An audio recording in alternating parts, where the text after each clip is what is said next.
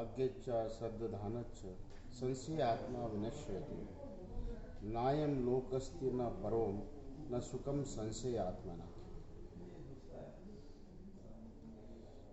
यहाँ दो चीजें मनुष्य के जीवन में बताई श्रोताओं।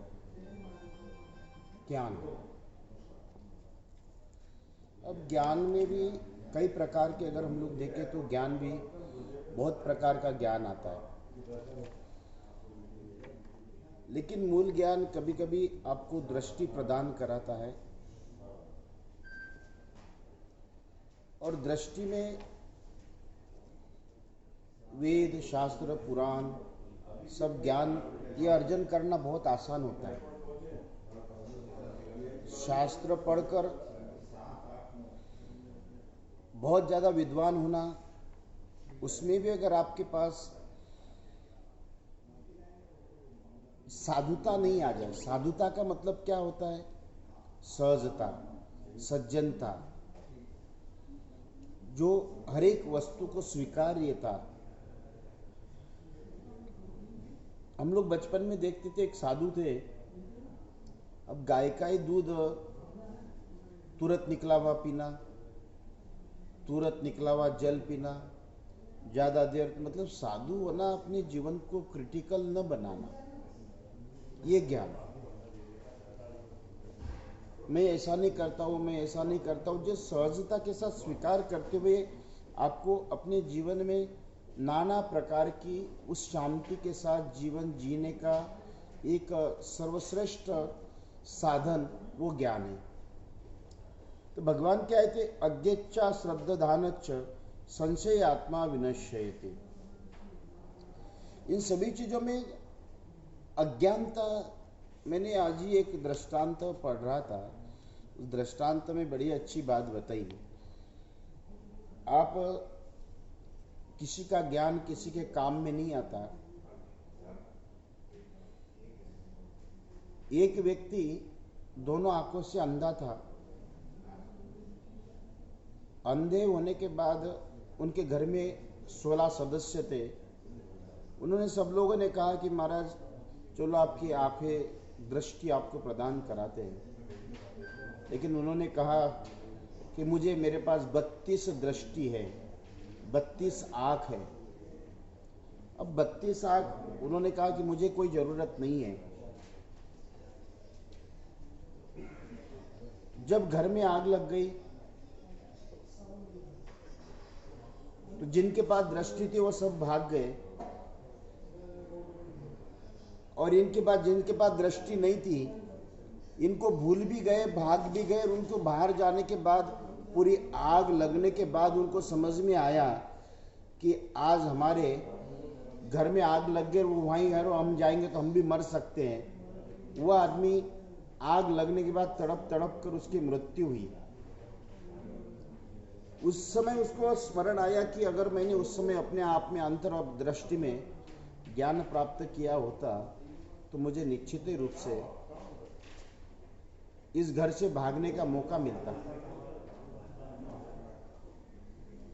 श्रोताओं, अपने जीवन में यही काम आता है।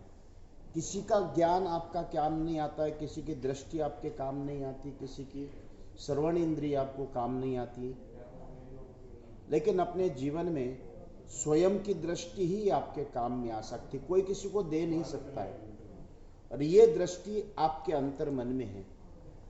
अंतिम समय में अपने जीवन में जब हम लोगों ने क्या किया, क्या नहीं किया, अच्छा किया, बुरा किया, उसको देखकर हम पश्चाताप करते हैं, और तब इस समय रूपी अग्नि ने इस शरीर रूपी को जलाकर अंत में चारों के कंधों पे ले जाने का कार्य समय ने हमने करा दिया और सावधान नहीं हुए।